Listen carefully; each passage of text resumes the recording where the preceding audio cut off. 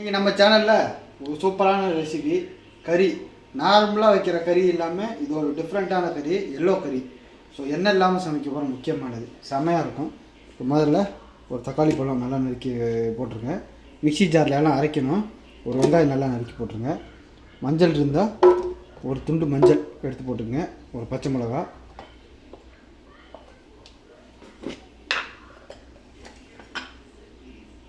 மல்லித்தூள் ஒரு table spoon, சோம்பு முழு சோம்பு 1/4 டேபிள் ஸ்பூன்,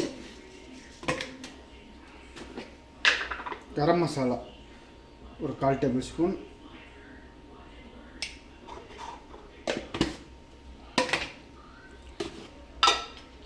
மஞ்சத்தூள் ஒரு 1/4 டேபிள் ஸ்பூனுக்கு எக்ஸ்ட்ரா போட்டுங்க. ஏன்னா இது மஞ்சளாக இருக்கணும் அதனால். ஸோ இதோட தேவையான அளவு சால்ட்டு, ஒரு 4 பல்லு பூண்டு, 4 பல்லு பூண்டு போட்டு இந்த வெங்காயம் தக்காளி நிறைய அளவுக்கு தண்ணி, ஒரு கிளாஸ் தண்ணி ஊற்றி நல்லா ஃபைன் பேஸ்ட்டாக அரைச்சிருங்க. அரைச்சோம்னா இந்த மாதிரி தான் ஒரு நல்ல ஒரு எல்லோ கலர் கிடைக்கும்.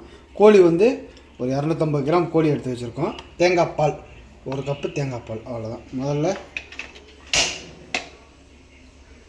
ஒரு பேனை பற்ற வச்சு அதில் இந்த அரைச்ச எல்லாத்தையும் ஊற்றிடுவோம். ஊற்றிட்டு இதோட கோழி எடுத்து போட்டு மூடி வச்சு ஒரு 15 மினிட்ஸ் நல்லா கொதிக்க விடுவோம். இப்போ 15 நிமிஷம் நல்லா கொதிச்சோன்னா தேங்காய் பாலை ஃபுல்லாக ஊற்றிடுவோம். ஊற்றியாச்சு, ஊற்றிட்டு கிண்டு, அவ்வளோதான்.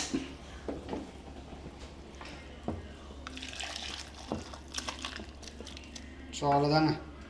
ஸோ நீங்கள் தண்ணி குறை ஊற்றுனீங்கன்னா உங்களுக்கு நல்லா பெக்காட்டாக கிடைக்கும். தண்ணி கொஞ்சம் கூட ஊற்றுனீங்கன்னா உங்களுக்கு கொஞ்சம் லைட்டாக லூஸாக இருக்கும், அவ்வளோதான்.